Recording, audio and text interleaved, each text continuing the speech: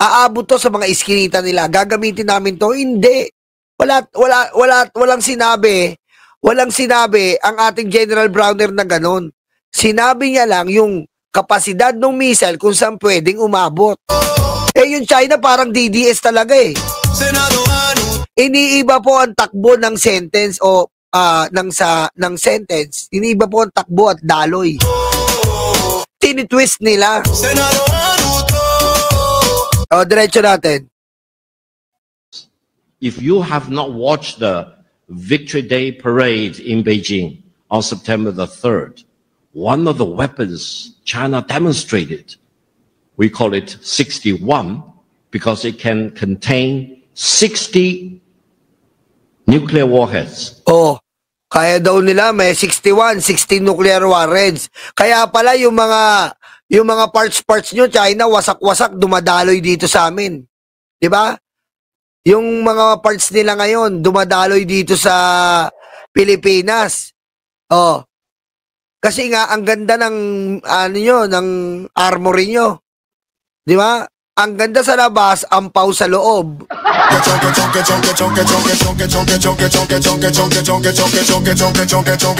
Ang ganda sa labas, ampaw sa loob. Yan po ang China.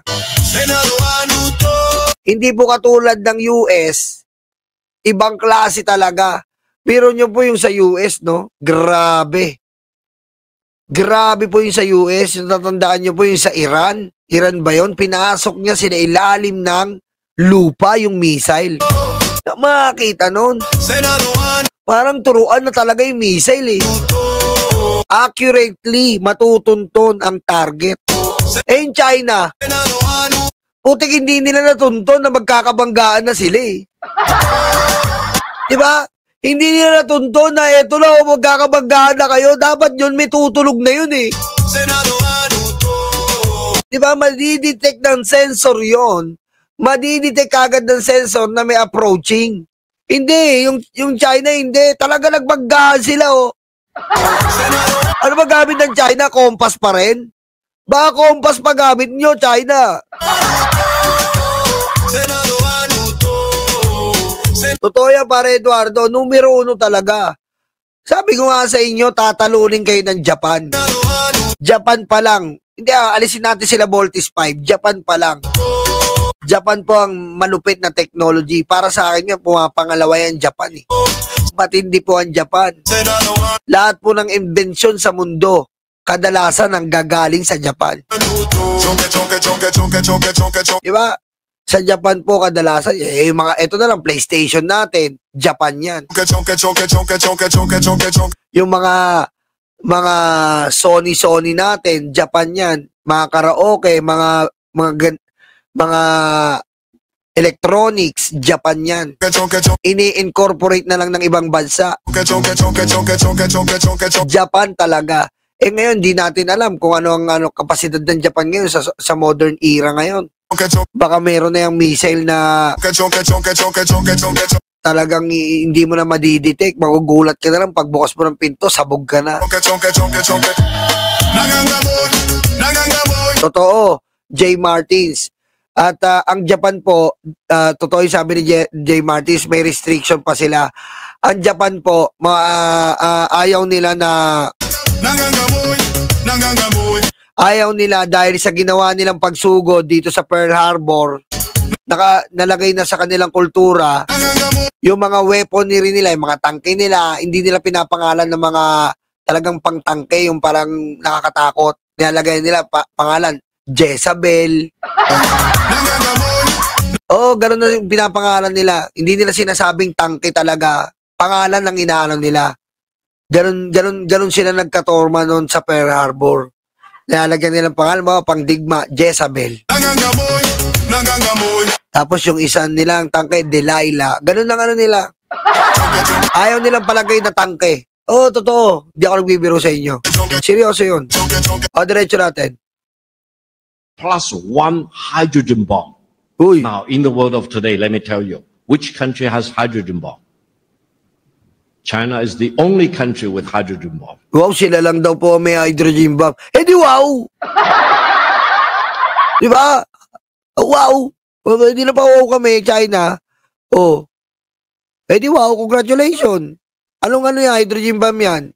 Baka naman gawa yan sa tubig ng ice candy. Angas din ng China no? Yung angas din nito talaga That ICBM can cover every corner of the world in less than 20 minutes. Ayop, no? Iba talaga yung China. Exaggerated magkwento, no? Exaggerated, Kasi ganyan yan, para masabing malakas na malakas ka na, Malakas na malakas ka, ganyan yan, Maninindak ka. Any target in any corner of the world without any possibility of being intercepted. Ayop. Any corner of the world daw na hindi man lang daw po nadidetect. Ayop, no? Dapat nadetect nyo kasi talaga yung banggaan nyo ng barko, Pero yung banggaan nyo ng barko, hindi nyo na-detect, no? High-tech, no? Every corner of the world, yun, West Philippines silang nagkambangga kayo. I hope Washington has learned the lesson. If you want to have war, you will get war. Ayop. If you want to destroy China, you will be destroyed. Ayop. Ayop talaga China, no? Ayop. If you want to impose nuclear war on China, you will be wiped out by nuclear war. Ayop. Nakakatakot talaga China, no? Nakakatakot. Siyempre sasabihin mo yan para matakot yung bansa sa'yo. Pero asikasuhin mo muna yung jeep nyo. Yung lumilipad na jeep nyo. Mausok. Puro pansindak lang talaga yung China, talagang kung na di gusugutin yung Pilipinas, wala. Bubombayin nyo lang. Kasi nga, hindi na po talaga possible yan sa China. Kasi ang China po, hindi niya isusugal yan. Kasi alam nyo bakit? Babaliktad mismo ang kanyang mga kababayan. Mga kababayan nila, babaliktad mismo sa kanila Kasi madami pong gutom sa China. Ang dami pong mahihirap sa China.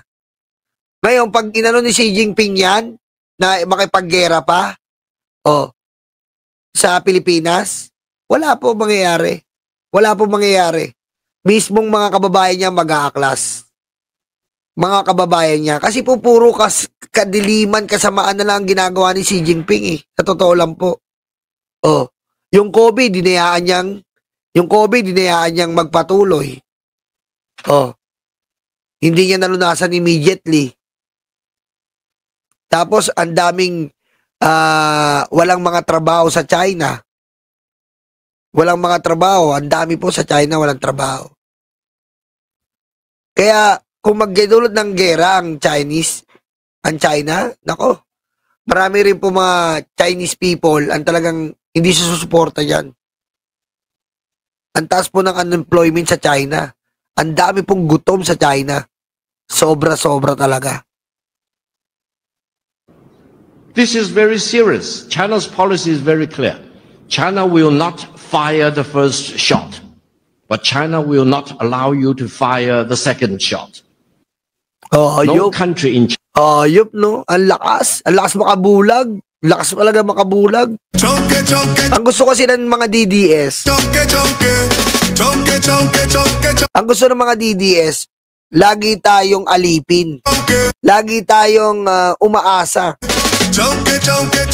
Pero ang logic nila, tuta kayo ng China, ay tuta kayo ng USA, tuta kayo, which is wala namang masama Ano ba nangyari nung naging tuta tayo ng China? Wala, nga. O ngayon, pinatulan tayo ng daliri. Hindi naman pagiging tuta yung ginawa ni General Browner. Ang sabi niya, meron na tayong mga medium missile na pwedeng umabot. Diba? Masama ba yun sa isang bansa na ipagmalaki mo ang depensa mo? Dati ba nakakapagmalaki tayo? Yung M16 natin, ilang beses natin ginamit up to now? Yung mga baril natin na M16, kinakalawang na. Galing pa sa 70s, 80s yun. Ngayon, nandito na tayo sa modern era, nakakabili na tayo ng missile, nakakagawa tayo ng mga barko. Ayaw pa natin. Walang didepensa sa Pilipinas, kundi tayong kapwa Pilipino. Sabi nyo, wag umasa, maging tuta. wag maging tuta ng US. O ngayon, nagpo-provide tayo ng sariling depensa. Ayaw nyo pa rin? Lipat na kayo China. Chonke, chonke, chonke, chonke, chonke, chonke, chonke, chonke, chonke, chonke, chonke.